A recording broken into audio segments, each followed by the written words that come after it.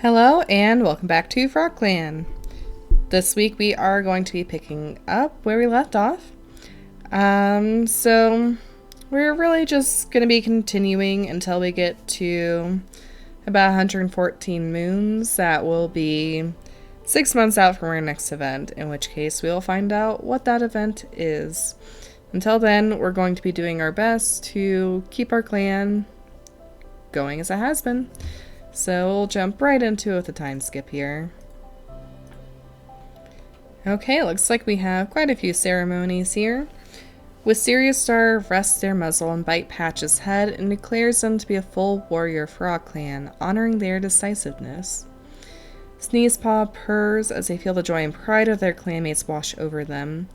Sirius Star looks down upon them, eyes glowing with pride as they name them Sneezebud after their selflessness. Both those names are so strange. Sirius Star stands with the clan, proclaiming Rowan Paw to be known as Rowan Ripple, honoring their cleverness. And Sirius Star also proclaims Conch Paw shall now be known as Conch Coral, honoring their strength. As the Earth Stars are inspected, we notice some Malane's gone bad and will have to be replaced. Okay, let's check out all of our new warriors here. So here's Bite Patch. She's currently in the medicine cat den. She turned out to be ambitious, a learner of lore with invaluable insight. They are mentored by a Jirachi Lightning, who influenced them to be more likely to be resilient, be slow to anger, and step out of their comfort zone. So, somebody suggested changing Bite Paw's name to something else, feeling that Bite didn't really fit them. I kind of kept that intentionally as a kid because it was strange, and then as an apprentice because she was showing such an interest in Ignis, who is bloodthirsty. So I felt like it could have been an interesting homage to that, but also just the kind of rebellious nature that she was having. Words can bite too, sort of a thing. But I think upon graduation, with her newfound understanding with Jirachi Lightning, that Sirius Star would change her name to be something a bit different here. And I think Blossom Patch is a very cute name for her. Now, whether or not this ambitious trait is going to carry her into some darker motivations, like her model Ignis has, or something else, it's really hard to say. But I think for now, Sirius Star will, at Jirachi Lightning's request, honor Blossom Patch as a new warrior. Here's Sneezebud. He grew to be compassionate, a great speaker with natural intuition. He's still hurt with a sprain, but I think he'll do well as a warrior. Here's Rowan Ripple. She was mentored directly by Sirius Star, who influenced her to be more likely to bicker with others, use words over teeth and claws, have trouble adapting, and follow rules. He helped her to become better at caring for kittens, though, and she was honored for her cleverness. So overall, she turned out to be cold, a beloved kid sitter, and good swimmer. Here's Conch Coral. They were mentored by Ignis, who influenced them to be more likely to be friendly towards others, dwell on things, and bend the rules. Ignis helped them become better at hunting and noticing small details. They were honored for their strength when they graduated. So Conch Coral turned out to be bloodthirsty, a renowned hunter with natural intuition. So Conch Coral is going to be adept at hunting. However, some of those darker tendencies I think were kind of shown to her in a bit more of a private setting, but to be outwardly nice, so this bloodthirsty thing I think is still kind of flying under the radar. And then Pearl Paw is even further behind still. She's wondering if she can be trained late tonight to probably make up for some of the missed opportunities she had. And we'll go back to Sneezebud here real quick because I skipped over this. He was mentored by Creek Jumble, who influenced them to be more likely to adapt easily, make their own rules, and resort to violence. And they were honored for their selflessness when they graduated. So it's very strange to me that the cat with the compassionate nature was taught to resort to violence, and the one with the bloodthirsty nature was taught to be putting others first. But I guess that also kind of goes to show nature versus nurture and things like that as well. With Sirius Star has a crazed look in his eyes. He's getting up to his elder years. He's seen quite a bit here, and with the time passing, is probably feeling the stress of another event coming on, this time in his old age. He's definitely been the most successful of our cats when it comes to surviving these things, and he's made it the farthest. But that also means that he's probably really feeling the pressure too. Pebblesock is realizing what an omen might mean, so I really do think that he's growing into his medicine cat ways now. Jirachi Lightning is having a good day. I think she feels very accomplished with her work with Blossom Patch there. Okay, there isn't really anything going on too much with people's statuses. I am going to check their relationships though, just to see if there's anything else developing. We really haven't been having much going on. So I do think we'll probably be looking for a mediator here sooner than later, just to help some of these relationships develop. Because cats just don't really like each other like that, but we need to have mates and kits to keep the clan going. Murklaw really loves Bright Torrent, which is very cute. Pebblesock may be having some burgeoning feelings from Blossom Patch. They're both still pretty young, so I'll have to see how that goes. Blitzo Shadow is developing some feelings for Greyheart and Blossom Patch. Shining Leaf does have a bit of a crush on Conch Coral, it looks like. Conch Coral does not seem to be returning the feeling. Blossom Patch likes Blitzo Shadow and Pearlpaw to some minor extents there. Pearlpaw has a pretty one-sided like for Rowan Ripple. Rowan Ripple, meanwhile, platonically likes Pearlpaw, but doesn't necessarily have any immediate feelings for her. Just for the sake of progressing things, I am going to pair them though.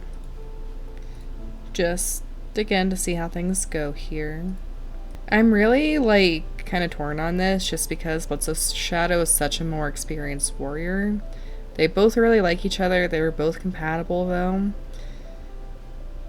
I think we'll go for it for now. And finally, just because there's a minor one-sided crush here, I'm going to pair these two. Eva Hawk and Adam Streak.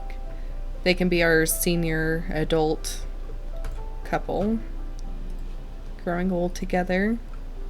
And I think that's really the most that I can even try and push, just because nobody really likes anybody like that.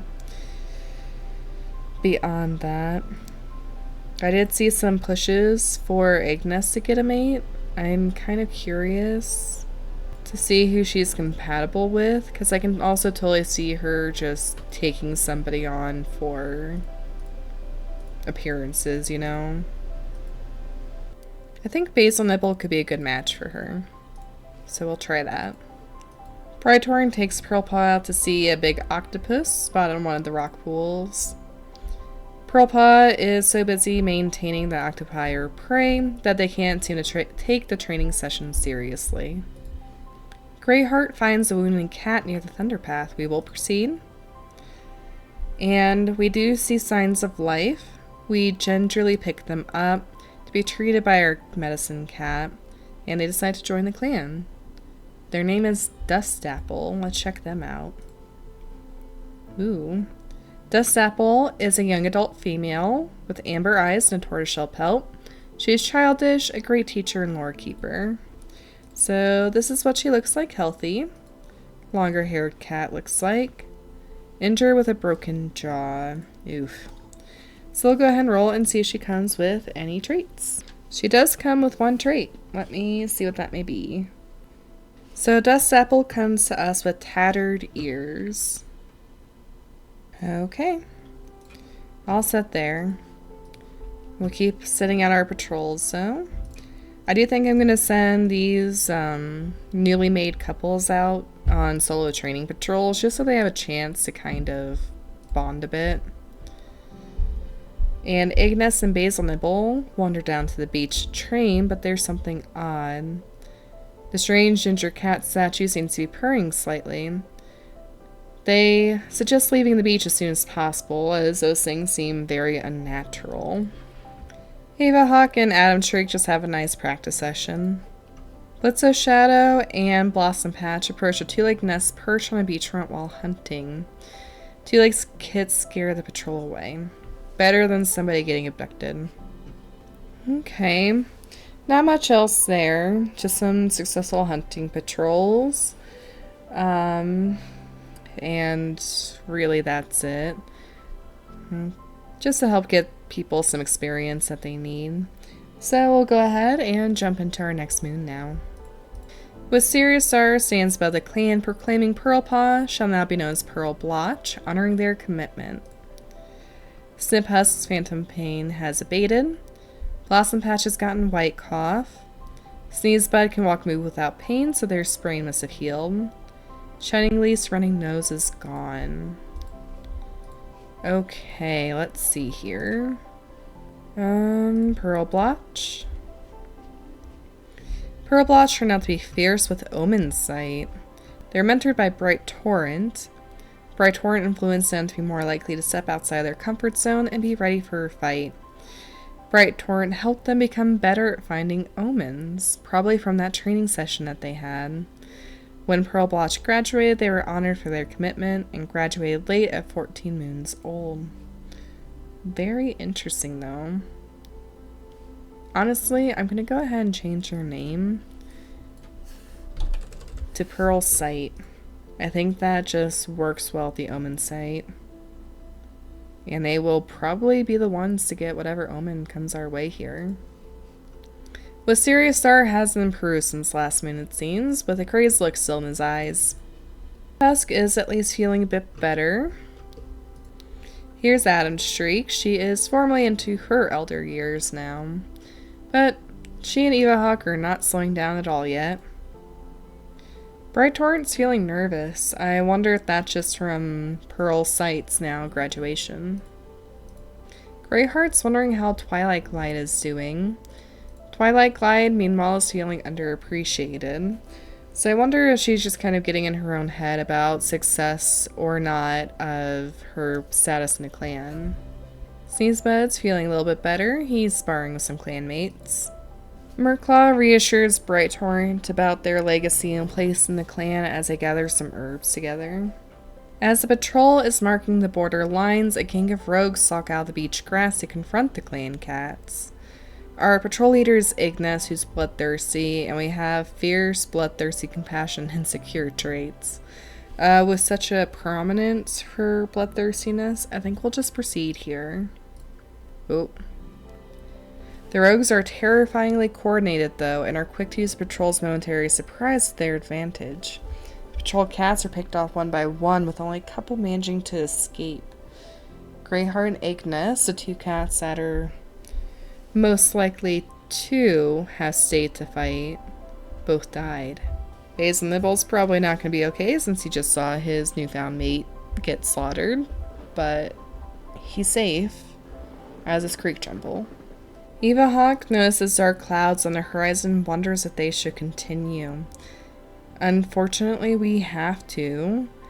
I'm getting really nervous now about proceeding. Just because I don't want this to be a complete slaughterfest of a moon, but we don't have a choice.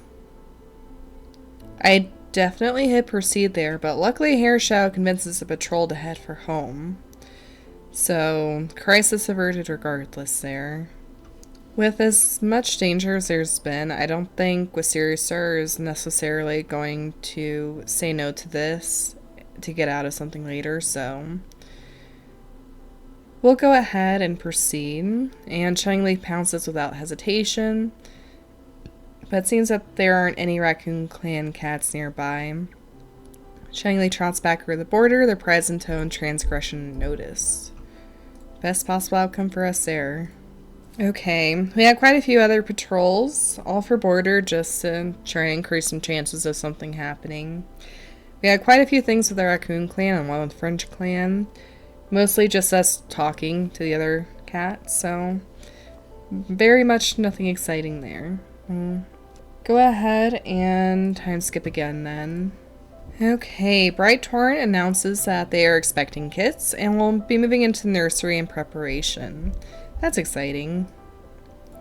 Wisteria fusses gently with Greyheart's fur, hiding the evidence of what killed them.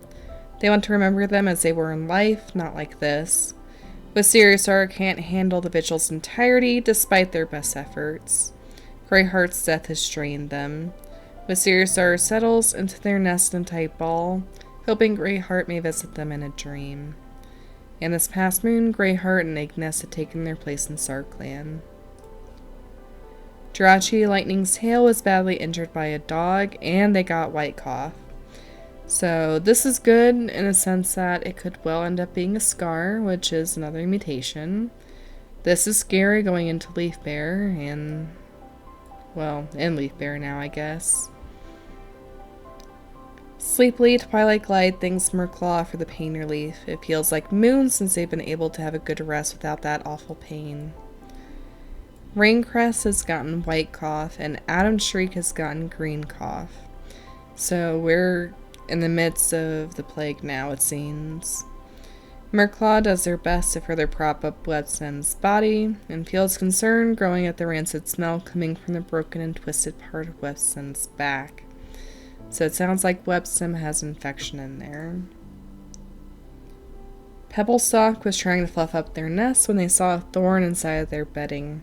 Another prank, but I couldn't fool them. Weed Crackle was seen in a very serious conversation with a kitty pet who ran away when another patrol approached. So Weed Crackle has been having a lot of doubts about their place in the clan, and again, I genuinely think Weed Crackle would be happier as a kitty pet, but there's no way for us to let them go, so unfortunately I think they're going to be kind of stuck in our clan for lack of a better term right now. They'd definitely be missed if they were to leave. So Wisteria Star has currently got no thoughts, head empty, which could also just be a way to try and get some of the bad thoughts out of his head too. He's grieving, but he's not so much so that he's not doing anything either. Merclaw is making new nests, which is kind of scary in the sense that that indicates he's expecting more cats to fall sick before the end of Leaf Bear.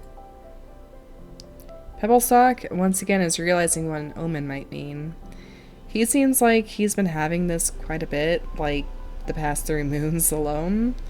So I don't know if this is him dwelling on the same omen, or if he is just getting that much insight from StarClan. Adam Shriek is sick with green cough and is currently talking to herself. Pinebeam is still here, still sick with red cough, and has been for 4 moons. Jirachi Lightning is trying to make sure everyone's eaten well. Webstem's back is indeed infected, and she's currently fumbling over her words. Poor Webstem. She's just not had an easy time here. Brighthorn is having a hard day. I don't know if that's related to her pregnancy or if it's as a result of just the sickness going around camp, but she is definitely resting and getting what she needs there. Raincrest is sick with white cough and is busy chastising clanmates, but no cat is sure what for. Just being sick, I'm sure that's any little thing, feeding him before themselves. Don't fuss with my bedding too much, fuss with my bedding more. Bring me a mouse. Oh, you got close to me, why did you do that? You're healthy, sort of a thing maybe. Weed Crackle is just wondering how Eva Hawk is doing. She's not giving any outward thoughts about her current status anyway. Blossom Patch is daydreaming about a clan celebration in their honor. Rowan Ripple turns away without saying a word when the clanmate vents to them, and yet she wonders why everyone avoids her. Conch Squirrel draws blood when training with another warrior, but coldly says it was an accident. Okay, we've got quite a few cats down, that is for sure. We'll send who we can out. Merclaw takes some time to take care of himself and also gathers cat mint, which is amazing. We can put a stop to this green cough and hopefully help heal up some white cough going around camp. Pebblestalk is out searching for herbs and cells when they're startled by weird sounds and whispers on the wind. Oh my goodness. We follow the strange sounds and find a struggling queen with her newborn kids clinging to them. Pebblestalk tries to make the queen eat some strengthening herbs and slowly helps him back to camp. Thankful for the help, the queen joins FrogClan with their kits. Lizard Sky is joined alongside Petal Kit, Flax Kit, Chasing Kit, Iris Kit, and Lagoon Kit. Huge litter. Okay. So this is Lizard Sky, the mother. This is what she looks like healthy. She's a very interesting kind of like green, gold, brown with heather blue eyes. She's thoughtful with helpful insight and a good swimmer. Something horrible happened to this cat's previous clan and she refuses to talk about it.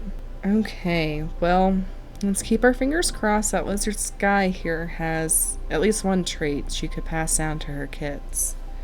Go ahead and roll. And luckily for us, she actually has multiple. So she gets a total of 3, which definitely isn't bad, especially as her kids, of which there are 5, will have a chance of inheriting there. Okay, so Lizard Sky has a streamlined head, fuzzy ears, and cute eyes. Lizard Sky has a status that something horrible happened to this cat's previous clan. Since the premise of the situation that we're in is that there's all these horrible natural disasters that only cats with mutations are going to get through. I think that's exactly what happened to her clan, and she, as one of probably few cats with that many mutations, if any, was able to pull through while the rest of her clanmates were not. I'm also going to roll to see what her mate had, if anything. So it looks like her mate had paws suitable for digging. So I'm going to go ahead and copy this, and we'll go check out her kits now. So Petal Kit is a little newborn female with cyan eyes and a tabby orange pelt, short fur. She is an attention seeker, and she has a 50-50 shot of inheriting any of this, so we'll just go ahead and do that. Petal Kit actually rolled the perfect roll there and gets to keep everything. Flax Kit, since they have a permanent condition, I'm going to say gets a roll for something on their tail as well. They'll definitely have something on their tail, or lack thereof, but the rest of that's going to be 50-50 to see if they get anything. Petal Kit did not get a random mutation either, by the way. Okay, so Flax Kit does not get the streamlined head, but they do get an amphibious tail. And Flax Kit was a newborn male with hazel eyes, a Bengal pelt, which looks like he has some white around his back there, and he's sweet. Chasing Kit here is a newborn female with emerald eyes, a 2-color pelt, looks like kind of a gray, green, and white, and she's charming. She does not get a random mutation, and she's actually kind of the opposite of Flax Kit here. She only keeps the streamlined head, but could be worse. And next we have Iris Kit, who's a nervous male with bronze eyes, a single stripe pelt of kind of a brown variety, and he only keeps one trait, being fuzzy ears. Here's Lagoon Kit, newborn male with sage eyes and a mackerel pelt, short fur. He's impulsive and also is born without a tail. It does make me wonder if the born without a traits are inheritable. Like if Lagoon Kit has kits with a cat that has a tail, if half their kits just wouldn't have a tail. And I'm wondering that just because so many of these siblings don't have a tail, and that's not something that's ever popped up before.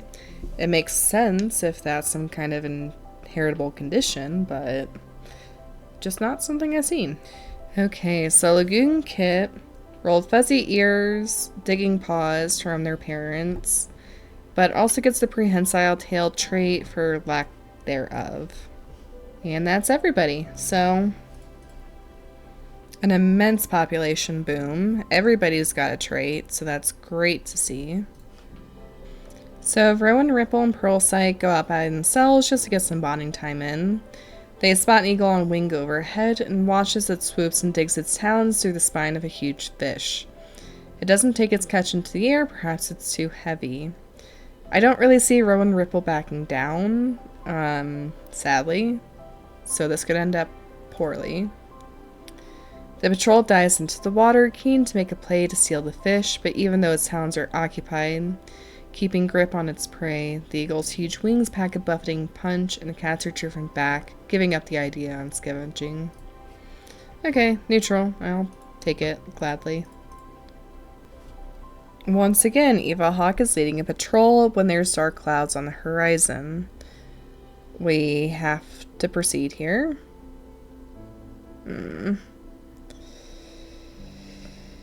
There's a sun flood, and the river sweeps away all the cats in the patrol.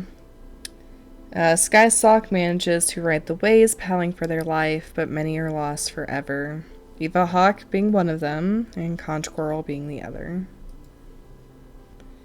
Feels like it was kind of inevitable the way Eva Hawk was rolling there, honestly, but it's still very sad.